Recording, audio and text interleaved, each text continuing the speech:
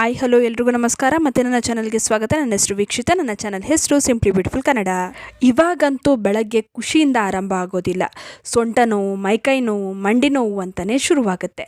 ಇನ್ನು ಹಲವರಿಗೆ ಮೆಟ್ಟಲು ಹತ್ತುವಾಗ ಇಳಿಯುವಾಗ ಮಂಡಿಗಳಿಗೆ ಮೊಳೆ ಚುಚ್ಚಿದ ಹಾಗೆ ಅನಿಸುತ್ತದೆ.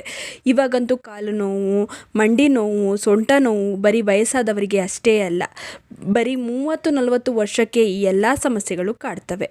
ಇನ್ನು ಕೆಲವರು ಈ ನೋವು ತಡೆಯಲಾರದೆ ಪೇಯ್ನ್ ಕಿಲ್ಲರನ್ನು ತಗೊಳ್ತಾರೆ. ಇದರಿಂದ ಪ್ರತಿದಿನ ಇದರ ಸೇವನೆಯಿಂದ ಆರೋಗ್ಯ ಇನ್ನಷ್ಟು ಹದಗೆಡುತ್ತೆ. ಆದ್ದರಿಂದ ಈ ಎಲ್ಲ ಸಮಸ್ಯೆಗೆ ಪರಿಹಾರನ ಇವತ್ತಿನ ವಿಡಿಯೋನಲ್ಲಿ ತಿಳಿಸ್ಕೊಡ್ತಾ ಇದ್ದೀನಿ. ಕಸಕ್ಕೆ ಎಸೆಯುವ ನಿಂಬೆಹಣ್ಣಿನ ಸಿಪ್ಪೆಯಿಂದ ಒಂದು ಮಸಾಜ್ ಆಯಿಲ್ನ ತಯಾರಿಸೋಣ. ಇದರ ಬಳಕೆಯಿಂದ ನೋವು ಅನ್ನೋರಿಗೆ ಬಹಳ ಆರಾಮ ದೊರೆಯುತ್ತದೆ. ನಾವೆಲ್ಲ ನಿಂಬೆಹಣ್ಣಿನ ರಸ ಹಿಂಡಿದ ನಂತರ ನಿಂಬೆಹಣ್ಣಿನ ಸಿಪ್ಪೆಯನ್ನು ಎಸೆಯುತ್ತೇವೆ.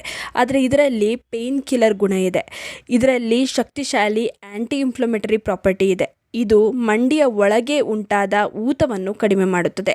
ಇದೇ ನೋವಿಗೆ ಕಾರಣ. ಮಂಡಿಯ ಒಳಗಡೆ ಏನು ಊತ ಕಂಡು ಬರುತ್ತಲ್ಲ, ಇದೇ ನೋವಿಗೆ ಕಾರಣ ಆಗಿರುತ್ತೆ. ಇದರಲ್ಲಿ ಫ್ಲೆಮನಾಯ್ಡ್ ಹಾಗೂ ವಿಟಮಿನ್ ಸಿ ಇದೆ. ಇದು ಕಾರ್ಟಿಲೇಜ್ಗಳ ಆರೋಗ್ಯವನ್ನು ಹೆಚ್ಚಿಸುತ್ತದೆ. ಈ ಎಣ್ಣೆಯಿಂದ ಮಸಾಜ್ ಮಾಡಿದ್ರೆ ಎಣ್ಣೆಯಲ್ಲಿರುವಂಥ ಔಷಧಿಯ ಗುಣ ಚರ್ಮದ ರಂಧ್ರದ ಮೂಲಕ ಒಳಗೆ ಹೋಗಿ ನೋವನ್ನು ಕಡಿಮೆ ಮಾಡುತ್ತೆ. ರಕ್ತ ಸಂಚಾರ ಉತ್ತಮವಾಗುತ್ತೆ. ಈ ಎಣ್ಣೆಯಿಂದ ಖಂಡಿತವಾಗಿಯೂ ಆರಾಮ ದೊರೆಯುತ್ತದೆ. 100% ಖಂಡಿತವಾಗಿ ಹೇಳ್ತಾ ಇದ್ದೀನಿ. ಯಾಕೆಂದರೆ ನಾವು ಇದನ್ನು ಬಳಸಿ ಆದ ನಂತರನೇ ನಿಮಗೆ ರಿಸಲ್ಟ್ನ ತಿಳಿಸ್ಕೊಡ್ತಾ ಇರೋದು. ಯಾಕಂದರೆ ನಮಗೆ ರಿಸಲ್ಟ್ ಇದರಿಂದ ದೊರೆತಿದೆ. ಬನ್ನಿ ಹಾಗಾದರೆ ಮೊದಲಿಗೆ ಈ ಎಣ್ಣೆನ ತಯಾರಿಸೋಣ. ನೋಡಿ, ಒಂದು ನಿಂಬೆಹಣ್ಣಿನ ಸಿಪ್ಪೆ ಇದಕ್ಕೆ ಬೇಕಾಗುತ್ತೆ. ಮೊದಲಿಗೆ ಒಂದು ಬಾಣಲಿನ ತಗೊಳ್ಳಿ ಅಥವಾ ಒಂದು ಪಾತ್ರೆನ ತಗೊಳ್ಳಿ. ಇದಕ್ಕೆ ಎಣ್ಣೆಯನ್ನು ಹಾಕ್ಕೊಳ್ಳಿ. ನಾವಿಲ್ಲಿ ಎಳ್ಳೆಣ್ಣೆನ ಹಾಕ್ತಾ ಇದ್ದೀವಿ. ಎಳ್ಳೆ ಎಣ್ಣೆಯಲ್ಲಿ ವಾತನಾಶಕ ಗುಣವಿದೆ. ಇದು ನರಗಳ ಒಳಗಡೆ ತನಕ ಹೋಗುತ್ತೆ. ಇದಕ್ಕೆ ನಿಂಬೆಹಣ್ಣಿನ ಸಿಪ್ಪೆನ ಹಾಕ್ಕೊಳ್ತಾ ಇದ್ದೀನಿ. ನೆಕ್ಸ್ಟ್ ಇದಕ್ಕೆ ಏನು ಮಾಡಬೇಕು, ಅರಿಶಿನ ಹಾಕ್ಕೊಳ್ಬೇಕು. ಅರಿಶಿಣದಲ್ಲಿ ಆ್ಯಂಟಿ ಇನ್ಫ್ಲಮೇಟರಿ ಪ್ರಾಪರ್ಟಿ ಇದೆ. ಇದು ನೋವು ನಿವಾರಕ. ಹಾಗೆಯೇ 1/4 ಚಮಚದಷ್ಟು ಅಜ್ವೈನನ್ನು ಹಾಕಿ, ಅಂದರೆ ಓಂ ಕಾಳನ್ನು ಹಾಕಿ. ಇದು ಕೂಡ ವಾತದೋಷವನ್ನು ಕಡಿಮೆ ಮಾಡುತ್ತೆ. 4 ಲವಂಗನ ಹಾಕ್ಕೊಳ್ತಾ ಇದ್ದೀನಿ.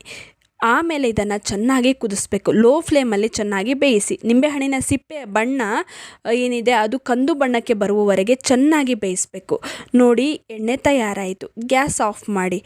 ಆಮೇಲೆ ಕೊನೆಯದಾಗಿ ಭೀಮಸೇನಿ ಕರ್ಪೂರನ ಆ್ಯಡ್ ಮಾಡ್ಕೊಳ್ಬೇಕು. ನಾನು 4 ಭೀಮಸೇನಿ ಕರ್ಪೂರನ ಪುಡಿ ಮಾಡಿ ಸೇರಿಸ್ತಾ ಇದ್ದೀನಿ. ಇದು ದಿನಸಿ ಅಂಗಡಿಗಳಲ್ಲಿ ಸಿಗುತ್ತೆ. ಇದನ್ನು ಆಯುರ್ವೇದದಲ್ಲಿ ನೋವಿನ ಶಮನಕ್ಕೆ ಬಳಸಲಾಗುತ್ತೆ. ಗ್ಯಾಸ್ ಆಫ್ ಮಾಡಿದ ಮೇಲೇ ಕರ್ಪೂರದ ಪುಡಿಯನ್ನು ಸೇರಿಸಿ ಎಲ್ಲವನ್ನು ಚೆನ್ನಾಗಿ ಮಿಕ್ಸ್ ಮಾಡಿ ತಣ್ಣಗಾದ ಮೇಲೆ ಒಂದು ಗಾಜಿನ ಡಬ್ಬದಲ್ಲಿ ಹಾಕಿಡಿ. ಇದು ಏನೂ ಕೆಡೋದಿಲ್ಲ.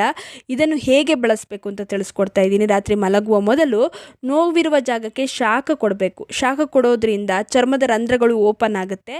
ನಂತರ ಈ ಎಣ್ಣೆಯಿಂದ ಸುಮಾರು 10 ನಿಮಿಷ ಚೆನ್ನಾಗಿ ಮಸಾಜ್ ಮಾಡಿಕೊಡಿ. ಈ ರೀತಿ ಮಸಾಜ್ ಮಾಡೋದ್ರಿಂದ ನಿಮಗೆ 60%ನಷ್ಟು ನೋವು ಕಡಿಮೆ ಆಗುತ್ತೆ. ಇನ್ನು ಒಳಗಡೆಯಿಂದ ನೋವು ಕಡಿಮೆ ಆಗೋದಕ್ಕೆ ಏನು ಮಾಡಬೇಕು, ಡೈಲಿ ವಾಕ್ ಮಾಡಲೇಬೇಕು. ಇದರಿಂದ ಕೀಲುಗಳಲ್ಲಿ ಗ್ರೀಸ್ ಉತ್ಪತ್ತಿ ಹೆಚ್ಚಾಗುತ್ತೆ. ಇನ್ನು ಕ್ಯಾಲ್ಶಿಯಂ ಭರಿತ ಆಹಾರವನ್ನು ತಪ್ಪದೇ ಸೇವಿಸಿ. ಇದು ಕೂಡ ಕ್ಯಾಲ್ಶಿಯಂ ಕಡಿಮೆ ಆದರೂ ಕೂಡ ಕೀಲುಗಳಲ್ಲಿ, ಮಂಡಿಗಳಲ್ಲಿ ನೋವು ಕಾಣಿಸುತ್ತೆ. ಆದ್ದರಿಂದ ಆಹಾರ ಪದ್ಧತಿಯಲ್ಲೂ ಕೂಡ ಬದಲಾವಣೆ ಅತಿ ಮುಖ್ಯ. ಇನ್ನು ಈ ವಿಡಿಯೋ ಇಷ್ಟವಾಗಿದ್ದರೆ ಲೈಕ್ ಮಾಡಿ, ಶೇರ್ ಮಾಡಿ. ನಿಮ್ಮ ಅನಿಸಿಕೆ ಅಭಿಪ್ರಾಯಗಳನ್ನು ಕಮೆಂಟ್ ಸೆಕ್ಷನಲ್ಲಿ ತಿಳಿಸಿ. ನೀವಿನ್ನೂ ನಮ್ಮ ಚಾನಲನ್ನು ಸಬ್ಸ್ಕ್ರೈಬ್ ಮಾಡ್ಕೊಂಡಿಲ್ಲ ಅಂದರೆ ದಯವಿಟ್ಟು ನಮ್ಮ ಚಾನಲನ್ನು ಸಬ್ಸ್ಕ್ರೈಬ್ ಮಾಡ್ಕೊಳ್ಳಿ. ಹಾಗೆ ಪಕ್ಕದಲ್ಲೇ ಇರುವ ಬೆಲ್ ಬಟನನ್ನು ಕ್ಲಿಕ್ ಮಾಡಿ. ಧನ್ಯವಾದಗಳು.